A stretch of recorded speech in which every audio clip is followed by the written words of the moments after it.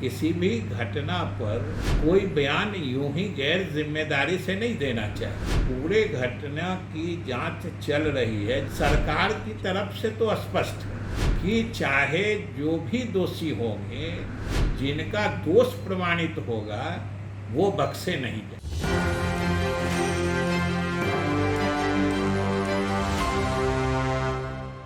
Report अंतिम प्रतिवेदन आ जाने दीजिए ना।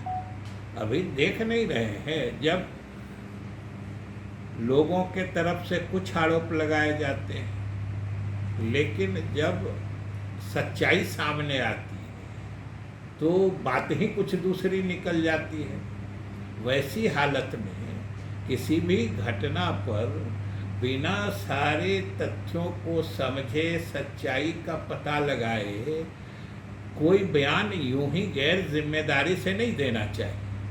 सीधी बात है, इससे कितनी बात बिगड़ जाती है। इसलिए जो भी मौतें हुई हैं, पूरे घटना की जांच चल रही है। जैसे आपने कहा, कुछ मौतों के बारे में सच्चाई हकीकत सामने आ चुकी है, और अगर एक का नहीं आया है तो वो भी आ जाने दीजिए। सरकार की तरफ से तो स्पष्ट है कि चाहे जो भी दोषी होंगे, कोई आम व्यक्ति हो, सरकारी पदाधिकारी हो, जिनका दोष प्रमाणित होगा वो बख्शे नहीं जाए। रोहिणी आयोग के सिफारिशों के संबंध में कुछ संकेत और जानकारी मिली है, और उससे जो बातें सामने आई हैं, उसने बिहार सरकार और मुख्यमंत्री नीतीश कुमार के निर्णय कि जाति आधारित गणना कराई जाए, इसको बल मिलता है।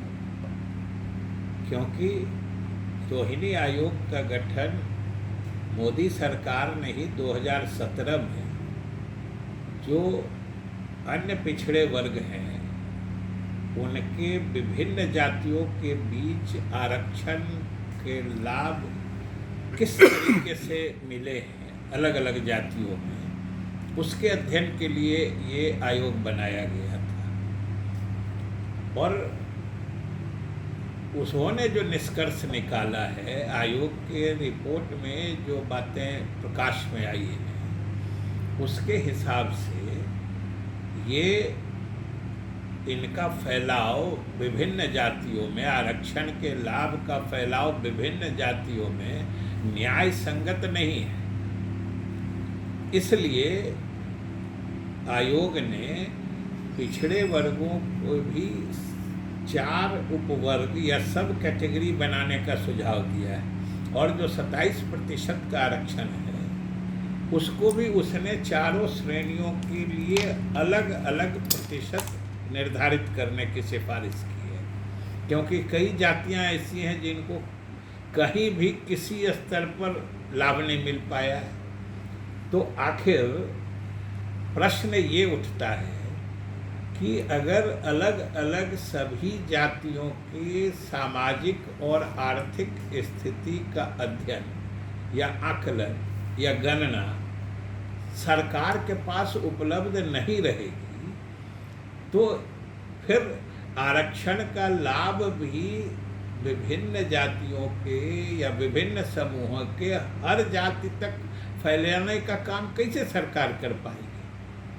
आज उसी आंकड़े की जरूरत है जो बिहार सरकार का निर्णय जाति आधारित गणना कराने का रहा है। उसके माध्यम से जो आंकड़े आने वाले थे, जैसे चाहे पिछड़े वर्ग हो, सवर्ण हो, दलित हो, जिस भी वर्ग के हो, अल्पसंख्यक हो, उनमें भी जो अलग अलग जातियां हैं, उनके सामाजिक और आर्थिक स्थिति का सर्वेक्षण और आकलन कराना ही इस गणना का उद्देश्य था।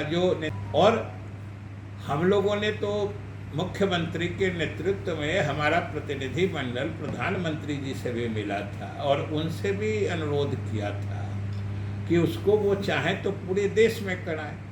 तो उन्होंने तो मना ही कर दिया, लेकिन बिहार सरकार के निर्णय को भी न्यायिक हस्तक्षेप के कारण रोक दिया गया है, अभी उसमें बात बढ़ नहीं रही है।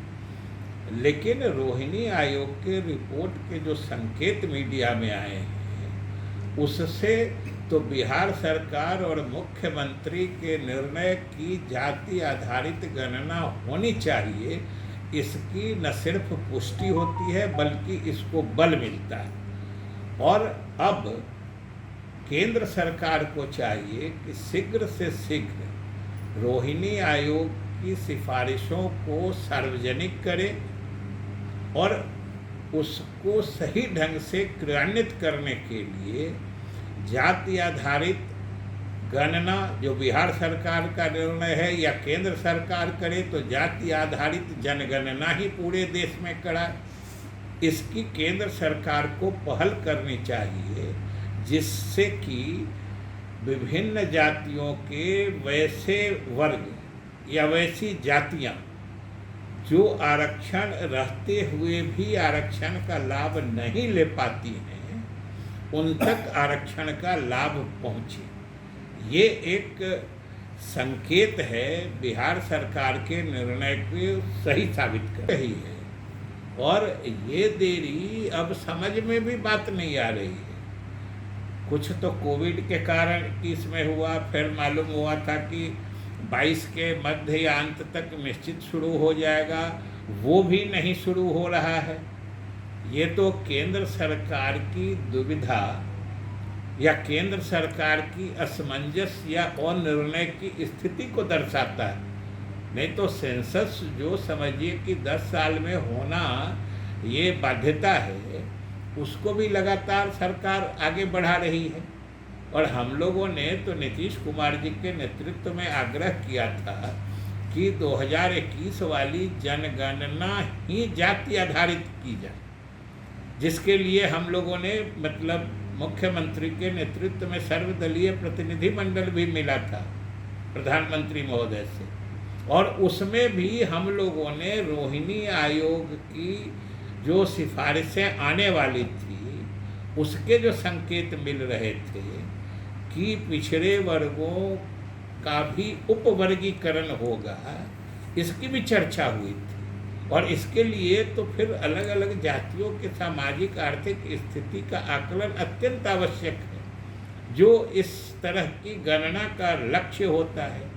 तो यही हम लोग कह रहे थे, और आज इस आयोग की सिफारिशें भी हम ही लोग के मतलब लाइन की पुष्टि कर रही हैं। इसलिए हम लोग केंद्र सरकार से चाह रहे हैं कि इस पर अब किसी तरह का असमंजस तोड़ें और इसकी उपयोगिता देखते हुए पूरे देश में जो हम लोगों के विधानसभा में भी सर्वसम्मति से प्रस्ताव पारित करके भेजा था, उस समय हम विधानसभा अध्यक्ष थे, मुख्यमंत्री जी के तरफ से ये प्रस्ताव आया था और विधानसभा में सभी दलों ने इसका समर्थन किया था। 2 बार ये प्रस्ताव जा चुका है, तो वहाँ पर वो करें, नहीं तो कम से कम केंद्र सरकार की तरफ से न्यायालय को भी कहें कि बिहार सरकार को करने की अनुमति दे दें।